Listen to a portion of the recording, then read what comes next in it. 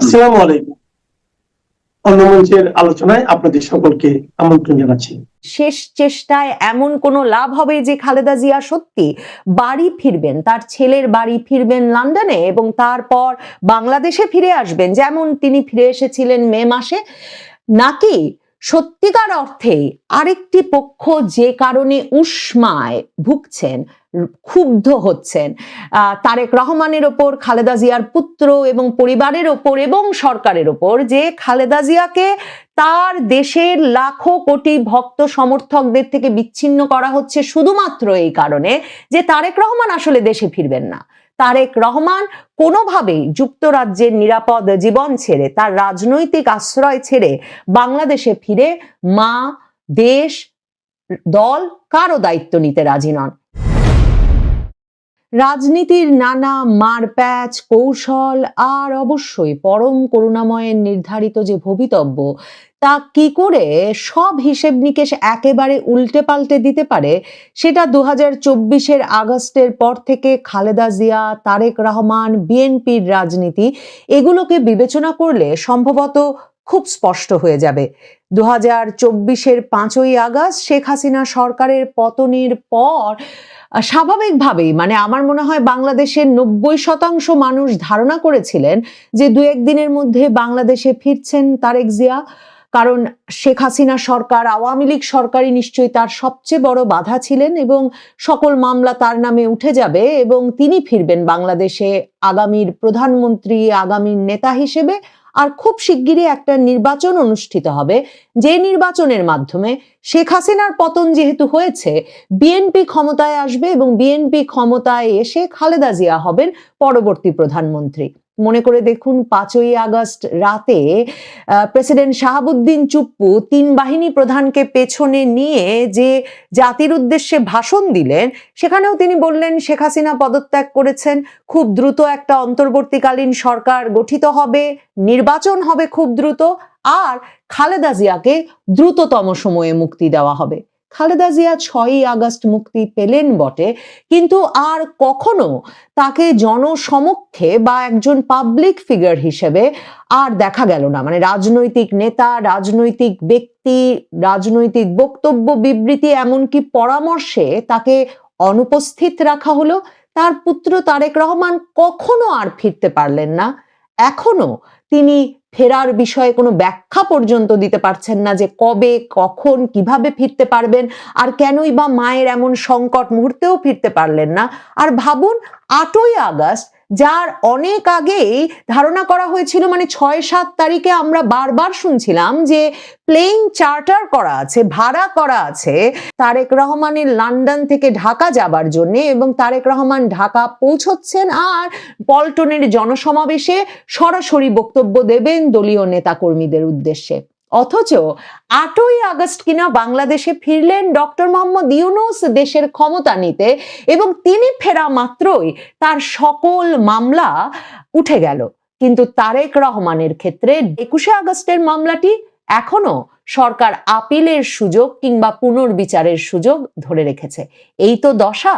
এই দশায় খালেদা জিয়ার শরীরের অবস্থাটা এতটা সংকটপূর্ণ হয়ে উঠেছে যে গত 11-12 দিন ধরে তিনি হাসপাতালে, সারা দেশে তার নেতা, কর্মী, ভক্ত, সমর্থকেরা তার জন্য দোয়া করছেন, প্রার্থনা করছেন, এবং তিনি ঠিক কি শারীরিক অবস্থায় আছেন এভার কেয়ার হাসপাতালের ভেতরে তা নিয়ে কৌতূহল বাড়ছে। নানা রকম গুজব, গুঞ্জনও তার নেতা, কর্মী, সমর্থকদের মাধ্যমেই দেশে ছড়িয়ে পড়ে উদ্বেগ বাড়াচ্ছে।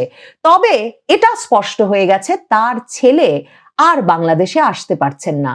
তার ছেলে বাংলাদেশে আসবেন না দেখে, তারেক রহমান, বিএনপির যিনি কিনা ভারপ্রাপ্ত চেয়ারম্যান, যিনি কিনা বিএনপির কাণ্ডারি, তিনি বাংলাদেশে আসতে পারছেন না কোনো এক এমন বাধার কারণে, যেটা তিনি নাকি স্পষ্ট করে বলতেও পারছেন না।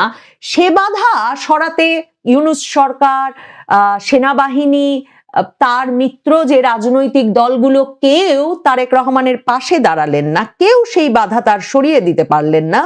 কিন্তু খালেদা জিয়াকে যাতে তার পুত্রের কাছে পৌঁছে দেওয়া যায়, শেষ পর্যন্ত সেই সিদ্ধান্তে অটল থাকলেন পুত্র তারেক রহমান, এবং অনেকেই বলছেন সেই সিদ্ধান্তটি ডক্টর ইউনূস সরকারেরও পছন্দের সিদ্ধান্ত, কারণ খালেদা জিয়াকে তার পুত্র ছাড়া অন্য কারো হাতে শরীরের এই অবস্থায়, এমন একটা সংকটজনক অবস্থায় তুলে দিয়ে কোনো প্রতিক্রিয়া, কোনো জনস্রোত, কোনো বিরাট আবেগের ঢল এই মুহূর্তে সামাল দিতে রাজি নয় সরকারও। এটা এখন স্পষ্ট যে তারেক রহমান কিছুতেই তার যে অভিবাসন সমস্যা লন্ডনে, মানে তিনি যদি একবার রাজনৈতিক আশ্রয় ছেড়ে ওয়ান ওয়ে ট্রাভেল পাস নিয়ে তার মায়ের পাশে থাকতে ঢাকা পৌঁছন, আর যে যুক্তরাজ্যে তিনি ফিরতে পারবেন না, শেষ পর্যন্ত সেই সিদ্ধান্ত, সেই ঝুঁকিটুকু তারেক রহমান বা তার পরিবার নিতে রাজি হন নাই। বিবিসি বাংলা খবর দিয়েছে জুবায়েদা রহমান নাকি আসছেন খালেদা জিয়াকে নিয়ে যেতে, কিন্তু এরই মধ্যে বিএনপি লন্ডনে খালেদা জিয়ার সঙ্গে এয়ার অ্যাম্বুলেন্সে করে যাওয়ার যে সফর সঙ্গী তালিকা প্রকাশ করেছে, সেই প্রকাশিত তালিকায় খালেদা জিয়ার দীর্ঘ সময়ের সহকারী ফাতেমার নাম আছে, ছোট পুত্রবধূ শামিলা আহমেদের নাম আছে, কিন্তু সেখানে জুবায়েদা রহমানের নাম নেই। কাজে ধারণা করা যায় জুবায়েদা রহমানও লন্ডন থেকে ঢাকায় আসার ঝক্কি নিচ্ছেন না। তারা মূলত একটা মেডিকেল টিম গঠন করে চীন, যুক্তরাষ্ট্র, যুক্তরাজ্যের চিকিৎসকদের মাধ্যমে গত কয়েকদিন ধরে যে চিকিৎসার তত্ত্বাবধান করেছেন, তার মূল লক্ষ্যই সবসময় ছিল খালেদা জিয়াকে বিদেশ নিয়ে যাওয়া। এবং সে কারণেই ধারণা করা হচ্ছিল যে এভার কেয়ার হাসপাতালের ওপর যে হেলিকপ্টার মহড়া দেওয়া হচ্ছিল, তারও কারণ ছিল এটা যে হেলিকপ্টারে করে সরাসরি এয়ার অ্যাম্বুলেন্স পর্যন্ত খালেদা জিয়াকে নিয়ে যাওয়া হবে। এর আগে খালেদা জিয়া, মুমূর্ষু খালেদা জিয়া, যার আগেই কিনা বিএনপির নেতা আহমেদ আজম খান বেরিয়েই বলে দিয়েছেন সংবাদ মাধ্যমকে যে রোববার রাত থেকেই খালেদা জিয়া আছেন লাইফ সাপোর্টে, খালেদা জিয়া আছেন ভেন্টিলেশনে, সেই খালেদা জিয়াকে এসএসএফ বিশেষ গুরুত্বপূর্ণ, অতি গুরুত্বপূর্ণ ব্যক্তির মর্যাদা দিয়েছে সরকার, এবং এসএসএফ পিজিআর বাহিনী দিয়ে তার নিরাপত্তার ব্যবস্থা করার পরই একথা আপনাদের বলেছিলাম যে মূলত নেতা কর্মীদের ভিড় থেকে খালেদা জিয়াকে আলাদা করতে, যে সে যখন তখন ঢুকে যাতে খালেদা জিয়ার শারীরিক অবস্থা সম্পর্কে বর্ণনা করতে না পারেন, সে বিষয়ে একটা প্রহরা তৈরি করতে যেমন সরকার এই অতি গুরুত্বপূর্ণ ব্যক্তির মর্যাদা দিয়েছেন মুমূর্ষু রোগশয্যায় থাকা খালেদা জিয়াকে, ঠিক তেমনি খালেদা জিয়াকে পরিবহনের সময় যাতে তাকে সর্বোচ্চ নিরাপত্তা এবং সুযোগ সুবিধা দেওয়া যায়, উপদেষ্টা পরিষদের বৈঠক শেষে সে কথাও বলা হয়েছিল যে সেটাও একটা কারণ। কাজেই সর্বোচ্চ চেষ্টা ছিল খালেদা জিয়াকে বিদেশ নিয়ে যেতে, কিন্তু খালেদা জিয়া বিদেশ যাচ্ছেন, তাতে কি খুব আশাবাদী হবার জায়গা আছে? কেন খালেদা জিয়ার নেতা কর্মী সমর্থকেরা আশাবাদী হতে পারছেন না? কেন একে তাদের নেত্রীর সঙ্গে একটা বিচ্ছিন্নতা ঘটানোর উদ্যোগ বলে তারা মনে করছেন? তার বড় কারণ হচ্ছে এই যে খালেদা জিয়ার লিভার বহু বছর ধরে এক রকমের অকেজো হয়ে পড়েছে, মানে তার লিভারটা ট্রান্সপ্লান্ট করার প্রয়োজন। সেটা বিএনপির ওয়েবসাইটে জানুয়ারি মাসে যখন খালেদা জিয়া চিকিৎসার জন্যে লন্ডন গেলেন, তখনই বলা হয়েছিল যে তার লিভার ট্রান্সপ্লান্টের প্রয়োজন, এবং তারই অংশ হিসেবে এর আগেও যুক্তরাষ্ট্রের জন হপকিন্স বিশ্ববিদ্যালয় থেকে চিকিৎসক দল এসে কিন্তু 2023 সালে শেখ হাসিনার আমলেও এভার কেয়ার হাসপাতালেই তার রক্তনালীর ওপর একটা অস্ত্রোপচারও করে গেছে। এবং বিএনপির প্রত্যাশা ছিল লন্ডনে কিছুদিন থেকে জন হপকিন্স বিশ্ববিদ্যালয়ে গিয়ে লিভার ট্রান্সপ্লান্ট করে আসতে পারবেন খালেদা জিয়া। লন্ডন ক্লিনিকে 17 দিন থাকবার পর খালেদা জিয়ার চিকিৎসকেরা, যুক্তরাজ্যের চিকিৎসকেরা পরিবারকে জানিয়ে দেন যে তার পক্ষে এখন কোনো রকম ট্রান্সপ্লান্ট নেওয়া সম্ভব নয়। কাজেই খালেদা জিয়ার শরীর খুব ভালো হয়ে যাবে, স্বাস্থ্য একটা টেকসই জায়গায় যাবে, এমন কোনো চিকিৎসা করবার জন্য তার শারীরিক শক্তি বা শারীরিক পরিস্থিতি নাই। কাজেই লিভার ট্রান্সপ্লান্ট করার পরিস্থিতি নাই জানিয়ে দেওয়ার কারণেই লন্ডনে খালেদা জিয়া এরপর কিন্তু আর যুক্তরাষ্ট্রে যান নাই। এর মধ্যে এবার যখন তিনি হাসপাতালে ভর্তি হলেন, খবর এসেছে যে তাকে সারাদিনই প্রায় ডায়ালাইসিসে রাখতে হচ্ছে। তার মানে তার কিডনিটিও অকেজো হয়ে পড়েছে। আর ফুসফুসের সংক্রমণের কারণেই খালেদা জিয়া হাসপাতালে ভর্তি হয়েছিলেন, মাঝখানে এমনকি নিউমোনিয়া হয়েছে। খালেদা জিয়ার এমন একটা পরিস্থিতিতে সত্যিই কি লন্ডন যাত্রা তাকে কোনো একটা মিরাকেলের সম্মুখীন করবে? মানে বাংলাদেশে তার নেতা কর্মী ভক্ত সমর্থকদেরকে এমন কোনো মিরাকেল দেখাবে, শেষ চেষ্টায় এমন কোনো লাভ হবে যে খালেদা জিয়া সত্যি বাড়ি ফিরবেন, তার ছেলের বাড়ি ফিরবেন লন্ডনে এবং তারপর বাংলাদেশে ফিরে আসবেন যেমন তিনি ফিরে এসেছিলেন মে মাসে? নাকি সত্যিকার অর্থেই আরেকটি পক্ষ যে কারণে উষ্মায় ভুগছেন, ক্ষুব্ধ হচ্ছেন তারেক রহমানের ওপর, খালেদা জিয়ার পুত্র এবং পরিবারের ওপর এবং সরকারের ওপর, যে খালেদা জিয়াকে তার দেশের লাখো কোটি ভক্ত সমর্থকদের থেকে বিচ্ছিন্ন করা হচ্ছে শুধুমাত্র এই কারণে যে তারেক রহমান আসলে দেশে ফিরবেন না। তারেক রহমান কোনোভাবেই যুক্তরাজ্যের নিরাপদ জীবন ছেড়ে, তার রাজনৈতিক আশ্রয় ছেড়ে বাংলাদেশে ফিরে মা, দেশ, দল কারো দায়িত্ব নিতে রাজি নন। এই অবস্থায় খালেদা জিয়ার আর ফেরা হবে কিনা সেই প্রশ্নটা, সেই উদ্বেগটা মনে রেখেই খালেদা জিয়া আজ মধ্যরাতে বা কাল ভোরে কাতারের এয়ার অ্যাম্বুলেন্সে করে রওনা হচ্ছেন লন্ডনের উদ্দেশ্যে। খালেদা জিয়াকে যে এক রকমের বিদায় জানানো হচ্ছে সেটা বোঝা যাচ্ছিল গত দুদিন থেকেই, যখন তিন বাহিনী প্রধান গিয়ে তাকে দেখে এসেছেন, জামায়াতে ইসলামীর আমির গিয়ে তাকে দেখে এসেছেন, প্রধান উপদেষ্টা ডক্টর ইউনূসও তাকে গিয়ে হাসপাতালে দেখে এসেছেন বুধবারে। এই অবস্থায় এই গুঞ্জন চূড়ান্ত পর্যায়ে যাচ্ছিল যে যদিও বিএনপি এসব বলে নেতাকর্মীদের চাঙ্গা রাখতে চাইছে, যে সংবাদ মাধ্যমে এসব খবর দিয়ে যে তারেক রহমানের বিড়ালের পর্যন্ত পাসপোর্ট হয়ে গেছে, কাজেই তারেক রহমানও নিশ্চয়ই ট্রাভেল পাসের আবেদন করবেন বাংলাদেশের পররাষ্ট্র মন্ত্রণালয়ের কাছে, এবং পররাষ্ট্র উপদেষ্টা বলেই রেখেছিলেন তিনি আবেদন করা মাত্র, যেদিন আবেদন করবেন সেদিনই তারা ট্রাভেল পাস দিতে প্রস্তুত। সেই পরিস্থিতিটা যে আসলে মূল চেষ্টা ছিল না, বা সেই উদ্যোগটাকে যে কোনো একটা অপশন বলেই খালেদা জিয়া পুত্র ভাবতে পারছিলেন না, সেটা এখন পরিষ্কার।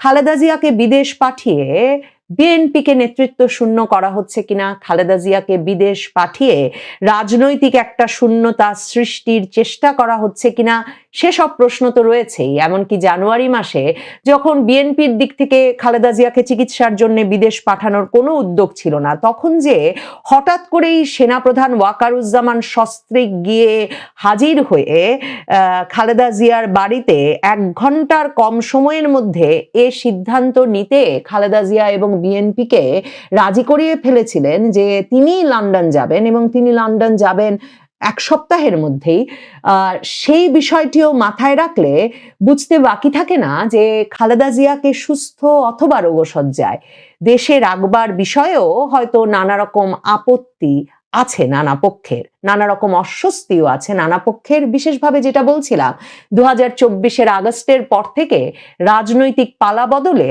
হয়তো সেই হিসেব নিকেশগুলো খুব সামনে চলে এসেছে, যে কারণে যেই খালেদা জিয়ার কয়েক মাসের মধ্যে প্রধানমন্ত্রী হবার কথা ছিল, 2024-এর 5ই আগস্টের পট পরিবর্তনের পর যেভাবে ঘটনা প্রবাহ এগোবে বলে ধারণা করা হয়েছিল, সে সূত্রে সেই খালেদা জিয়া জানুয়ারিতেও যখন দেশ ছেড়েছিলেন তখনও প্রশ্ন উঠেছিল কেন তাকে বিদেশ পাঠানো হচ্ছে। মে মাসে তাকে যখন দেশে নিয়ে আসা হলো, এরপর থেকে যে তিনি একটাও মুখ দিয়ে শব্দ উচ্চারণ করতে পারলেন না, তিনি যে মাইনাস হয়েই রইলেন 2024-এর আগস্টের পর থেকে, তাতেও এই প্রশ্ন বারবার এসেছে। আর তার পুত্র যখন কিছুতেই দেশে ফিরতে পারলেন না, এদেশের কোনো শক্তি যখন তার সামনের বাধাগুলো দূর করতে পারল না, তখন এ প্রশ্ন তো তুঙ্গে উঠেছেই, খালেদা জিয়া যাচ্ছেন, ফিরতে পারবেন তো? তার কি আর ফেরা হবে? বাংলাদেশের ক্যান্টনমেন্টগুলোতে, বিশেষ করে ঢাকা এবং সাভার ক্যান্টনমেন্টে একদম একটা অস্বাভাবিক নীরবতা বিরাজ করছে। পুরো ক্যান্টনমেন্ট এলাকা জুড়ে এক ধরনের হতাশা অফিসারদের মধ্যে বিশেষ করে বিরাজ করছে।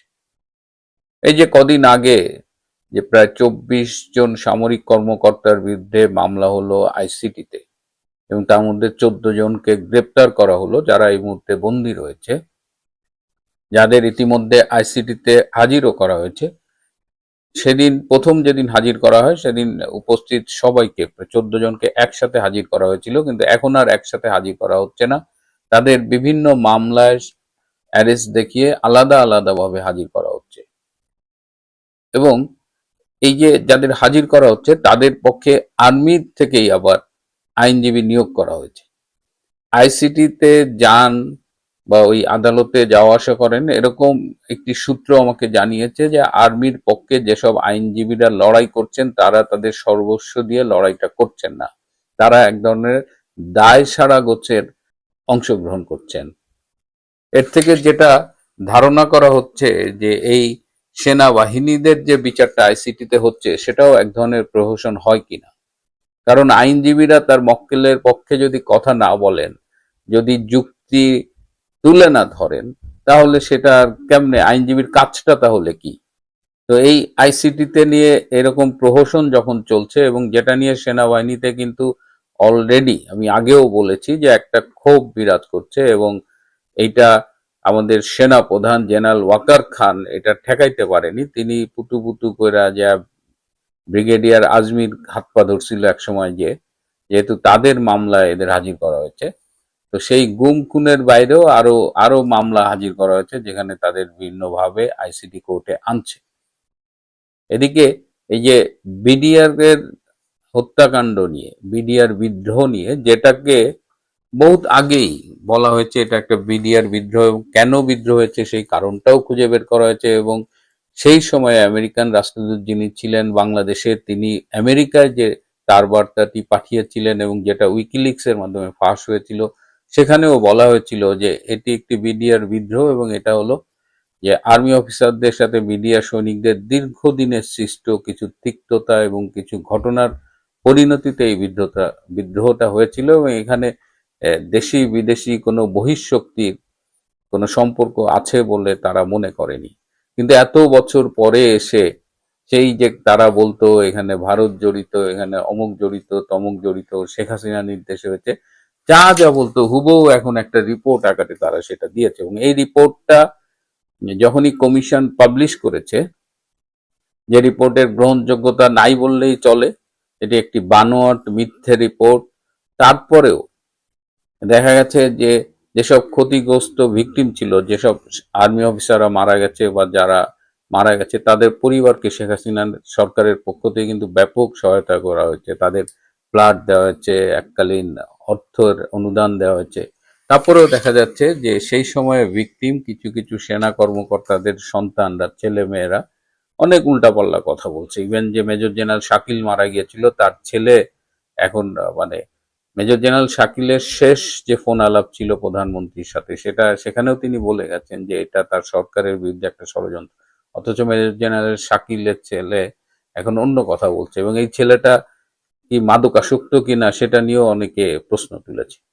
তো এই বিডিআর মানে কমিশনের যে রিপোর্ট আসছে, এই রিপোর্টটা হাতে পেয়ে এই আইসিটি চিফ প্রসিকিউটর তাইজুল আবার বলছে যে কমিশন রিপোর্ট দিয়েছে, এখন আমরা দেখি এটা নিয়ে কি করা যায়। তার মানে হলো তাইজুল এখন এই কমিশনের বানোয়াট রিপোর্টের উপরে ভিত্তি করে সে আবার একটা দুইটা মামলা সাজাবে এবং সেইটা আবার আইসিটিতে আনার ব্যবস্থা করবে।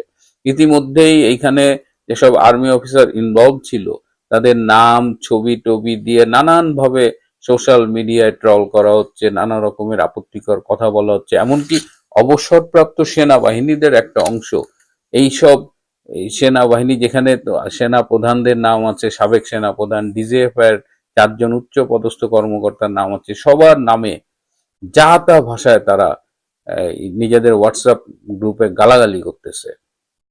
এবং আরেকটা জিনিস খেয়াল করলাম যে ডিজিএফ এর যে 4 জন কর্মকর্তাকে এই জড়িয়ে দেওয়া হয়েছে এই বিডিআর হত্যাকাণ্ড এবং ষড়যন্ত্রে, এদের ছবি টবি দিয়ে মানে সবার রাগ। একে হলো যে আর্মি অফিসার অনেককে জড়িয়েছে, তার মধ্যে সাবেক সেনা প্রধানও আছেন, আবার ডিজিএফআই কে স্পেশালি টার্গেট করা হয়েছে। এইটার কারণ কি আমি বুঝলাম না।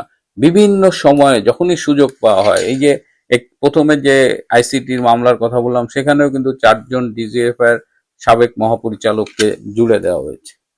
তো এইটার কারণ বুঝতেছি না, যে ডিজিএফআইটাকে দুর্বল করা হোক, ডিজিএফআই এর মনোবল ভেঙে দেওয়া হোক, বা ডিজিএফআই কে ধ্বংস করা হোক, এটা কারা চাইছে? ডিজিএফআই দুর্বল হলে কাদের লাভ, কাদের উপকার হয়, এটা নিয়ে একটু ভাবতে হবে। এটা কি মানে আর্মিরই এক অংশ? এটা কি পাকিস্তানি গোয়েন্দা সংস্থা আইএসআই? এটা কি বাংলাদেশের সিভিল ব্যুরোক্রেসি?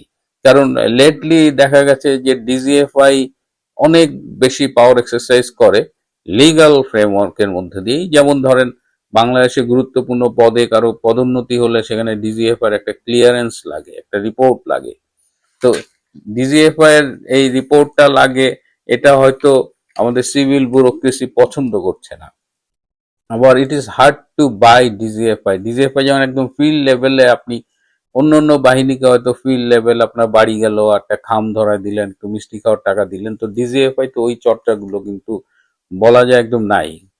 সুতরাং ডিজিএফআই কে একদিকে ব্যুরোক্রেসি যেভাবে দুর্বল করতে চাইতে পারে, আরেকভাবে যারা বাংলাদেশ সেনাবাহিনীকে দুর্বল করতে চায়, যারা বাংলাদেশের আভ্যন্তরীণ যে গোয়েন্দা নেটওয়ার্ক, ডিজিএফআই কিন্তু লেটলি খুবই এফিশিয়েন্ট একটা গোয়েন্দা সংস্থা হিসেবে গ্রো করছিল। তো সেইটা কাদের কাদের ইন্টারেস্টে আঘাত করে, সেইটা যদি আমরা একটু দেখি তাহলে কিন্তু আমরা বুঝতে পারবো। এই যে সামগ্রিকভাবে সেনাবাহিনীকে কেন্দ্র করে যে ঘটনাগুলো ঘটছে, এটা নিয়ে এই সেনা ছাউনিগুলোতে ব্যাপক অসন্তোষ রয়েছে, এবং পুরো ঘটনায় কোথাও কিন্তু জেনারেল ওয়াকার খানের লিডারশিপটা ভিজিবল না। জেনারেল ওয়াকার এই যে একের পর এক আর্মিদের মানে ইমেজ নিয়ে টানাটানি করা হচ্ছে, আর্মি আক্রান্ত হচ্ছে as an institution. General Waker কোথাও প্রোটেক্ট করতে পারছেন না। এখন কথা উঠছে, জেনারেল ওয়াকারকে আদৌ প্রোটেক্ট করতে চান নাকি তিনি এই ধ্বংসযজ্ঞের সাথে জড়িত? ডিজিএফ এর কর্মকাণ্ড, এই যে ইভেন জেনারেল এরশাদের সময় বা তার পরবর্তী অনেক সরকারের সময়, এটা কিন্তু ইনিশিয়ালি এটা সামরিক গোয়েন্দা সংস্থা ছিল, কিন্তু পরবর্তীতে পশ্চিমা বিশ্বের প্রেসক্রিপশনেই কিন্তু তাদের একটা এই জঙ্গি দমনের উইং করা হয়েছে, তারা পলিটিক্যাল বিষয়গুলোতে ইনভলভ হয়। তো এই এই এই প্রেসক্রিপশন গুলো কিন্তু আবার ওয়েস্টার্ন ওয়ার্ল্ড থেকে এসেছে, যারা আমাদের ডিজিএফআই কে ট্রেন আপ করতো বিদেশে। তো এই অবস্থায় এই কারণেই আর্মিরা মানে এখন হতাশ, ক্ষুব্ধ ছিল, কিন্তু ক্ষোভটা কার কাছে দেখাবে? জেনারেল ওয়াকার খানের মতো এরকম মেরুদণ্ডহীন সেনাপ্রধান, যিনি সেনাবাহিনীর ইমেজটাকে ধুলোয় মিশিয়ে দিয়েছে। সেনাবাহিনীকে যেমন সাধারণ মানুষ ভয় পায় না, সেনাবাহিনীকে যেমন আড়ালে আবডালে অনেক আনসার বাহিনী বলে, আর এখন এই মামলা হামলা আইসিটিতে যে সেনাবাহিনীর একদম কফিনের শেষ পেরে একটা ঠুকে দেওয়ার ব্যবস্থা করতেছে এই জেনারেল ওয়াকার খান। তিনি, আমি জানি না কি ইরান স্টাইলে আর্মিকে দুর্বল করে পাশাপাশি জামাতের সরকার এনে ইসলামিক রিপাবলিকান গার্ড তৈরি করতে চান কিনা তা আমি জানি না। যাও, what ever is happening, it's not good. আর্মির মধ্যে প্রচন্ড হতাশা বিরাজ করছে। যারা এই মুহূর্তে বন্দী রয়েছে তাদের পরিবারের তো একদম চাতা অবস্থা, কিন্তু কোথাও দেখবার কেউ নেই। ওভারঅল বাংলাদেশের সিচুয়েশন যে চেঞ্জ হওয়া খুব জরুরি হয়ে গেছে, যেটা আমরা আশা করছি, এবং ওই চেঞ্জটা না আসা পর্যন্ত আর্মির এই অধপতন ঘটতেই থাকবে। প্রিয় বন্ধুরা, আজ এ পর্যন্তই। ভালো থাকবেন, সুস্থ থাকবেন।